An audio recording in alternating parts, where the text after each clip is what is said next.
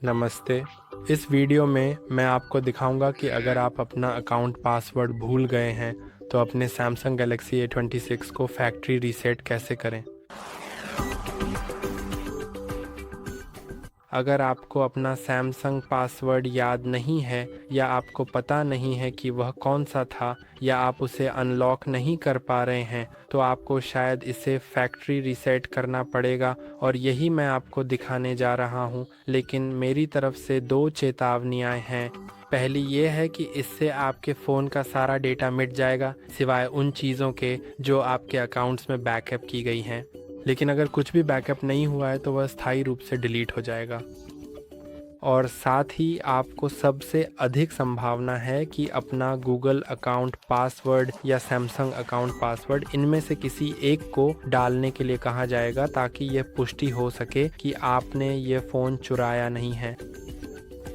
लेकिन कम से कम ये पासवर्ड चाहे वह सैमसंग अकाउंट का हो या गूगल अकाउंट का रिकवर किए जा सकते हैं और अगर आपको ये याद नहीं है तो आप इन्हें अपने फ़ोन नंबर या ईमेल अकाउंट के ज़रिए रिकवर कर सकते हैं जो भी हो। और स्क्रीन लॉक केवल तभी रिकवर किया जा सकता है जब आप अपना डेटा मिटा दें, तो अब हम यही करने जा रहे हैं। चलो पहले इसे कंप्यूटर में प्लग करते हैं, ये बहुत ज़रूरी है। इसे कंप्यूटर में प्लग करना ही होगा।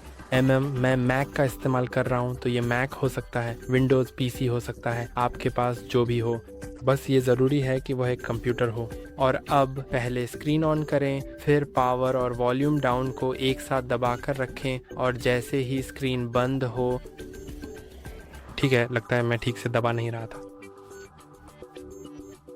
जैसे ही स्क्रीन बंद हो हमें अपनी उंगली पावर से वॉल्यूम डाउन से वॉल्यूम अप पर ले जानी है और पावर और वॉल्यूम अप दोनों को दबा कर रखना है।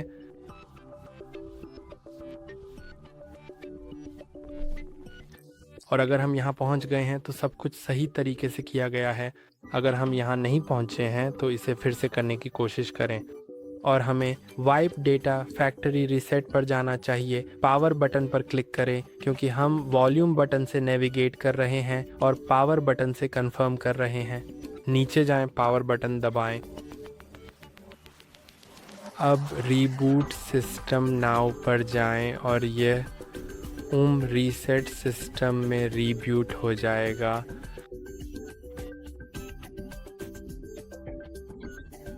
तो इसमें सामान्य रीस्टार्ट की तुलना में थोड़ा अधिक समय लग सकता है और उसके बाद हमें अपना फ़ोन सेटअप करने का विकल्प मिल जाएगा और सबसे अधिक संभावना है कि हमसे अपना गूगल अकाउंट डालने के लिए कहा जाएगा। तो चलिए इसका इंतज़ार करते हैं और अब हमें अपने फ़ोन को सेटअप करना है। सबसे पहले मैं स्टार्ट बटन पर क्लिक करूंगा ताकि प्रक्रिया शुरू हो सके। इसके बाद भाषा चुनने का विकल्प आएगा जहां से मैं अपनी पसंदीदा भाषा चुनूंगा। फिर मैं नेक्स्ट बटन पर क्लिक करूंगा और उसके बाद एक बार फिर से नेक्स्ट पर क्लिक करना होगा। अब मैं सभी शर्तों से सहमत हो रहा हूं, लेकिन आप चाहें तो डायग्नोस्टिक डेटा वाली चीज़ को अनचेक भी कर सकते हैं। फिर मैं नेक्स्ट पर क्लिक करूंगा और इसे मैन्युअली सेटअप करूंगा। और ये वही नोटिफिकेशन है जो इस तरीके से रीसेट करने के बाद दिखता है जैसा मैंने बताया था।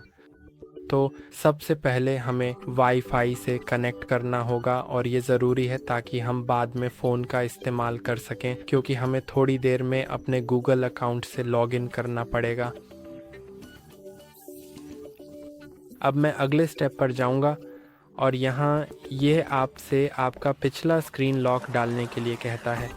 लेकिन अगर आपको वह पासवर्ड या पैटर्न याद नहीं है तो आप चिंता न करें, आप यूज़ माय गूगल अकाउंट पर क्लिक कर सकते हैं। अब उस ईमेल को डालें जो इस फ़ोन में पहले से लॉगिन था, यानी वही गूगल अकाउंट जिससे आपने पहले इस डिवाइस में साइन इन किया था। अगर आप इसे भूल गए हैं तो यहाँ क्लिक करें, मुझे सच में नहीं पता। ठीक है, आप अपना फ़ोन नंबर या रिकवरी डाल सकते हैं। मैं पहले से ही मुझे ये पता है तो मैं इसे डालने जा रहा हूँ और फिर गो पर क्लिक करूँगा। और अगर आपको अपने गूगल अकाउंट का पासवर्ड याद नहीं है तो यहाँ क्लिक करें, लेकिन मुझे याद है तो मैं इसे कैमरे के बाहर डालूंगा और नेक्स्ट पर क्लिक करूंगा।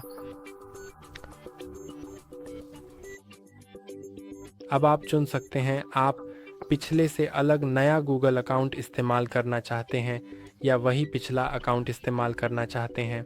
मैं पहले वाला उपयोग करूंगा।